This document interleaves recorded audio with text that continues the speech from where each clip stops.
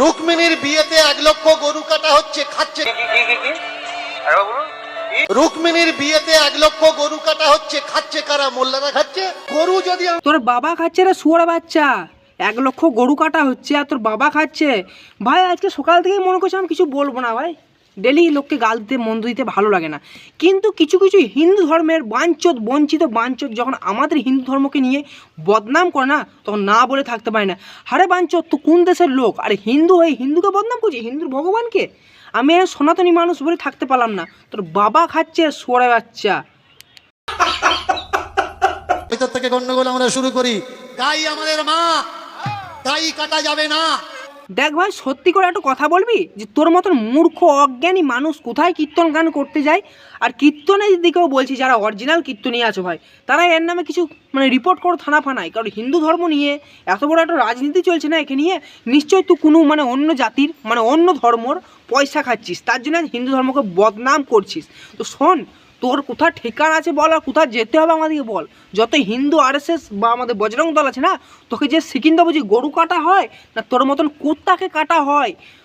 রূপকিনীর বিয়াতে ভগবান শ্রীকৃষ্ণর নামে, ভগবান রূপকিনীর নামে যখন এত বড় তুই খারাপ কথা বলতে পেরেছিস, তোকে ভুঁসড়িবালায় এমন মারবো না, শিক্ষা তোর মাটিতে পড়বে না। জানি তোর এই কথা শুনে কিছু ধর্মের মানুষ আছে, তারা আনন্দ পাবে যে হ্যাঁ আমাদের কুরবানিতে গরু কাটা হবে। কিচ্ছু কাটা হবে না, সব বন্ধ হয়ে যাবে। আমি কি কাউকে গালি দিয়েছি?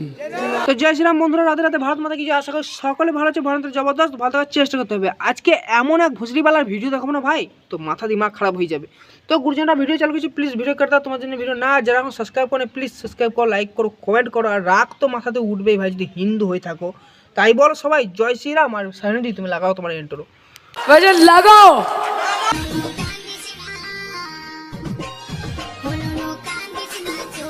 রুক্মিণীর বিবাহের সময় 1 লক্ষ গরু বলি দেওয়া হচ্ছে। আমার মনে হয় হিন্দু ধর্মের উপর তোর একটাই রাগ আছে, যে তোর এসআইআর নাম বাদ গিয়েছে। নিশ্চয়ই তোর এসআইআর এর নাম নাই। ভারতবর্ষের নাগরিক লস তো, হয়তো পাকিস্তান বা অন্য কোনো দেশ কার গঙ্গার ওই পারকার মাল হবি, তাই বলে তোর হিন্দুদের ওপর বা হিন্দু ধর্মের ওপর, হিন্দু রাজনীতির ওপর এত রাগ আছে। তো শোন, আমাদের ভারত মাতাকে মা বলা যায় এই কারণে, ভারতের মতন কোনো দেশ কোথাও নাই যেখানে বহুত ভাষাভাষী, বহুত জাতি বেজাতির মানুষ বাস করে।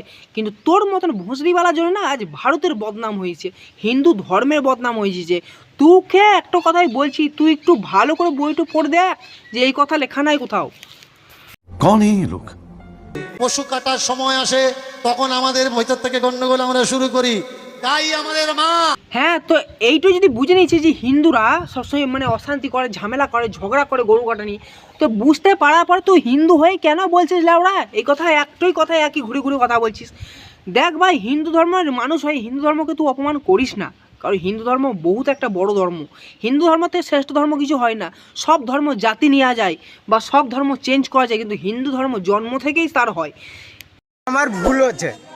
গরু আমাদের মা সাজিয়েছে কারা? কোন রাজনৈতিক বিচারধারা। গো আমাদের মা বটে, জানি, গো মাতা।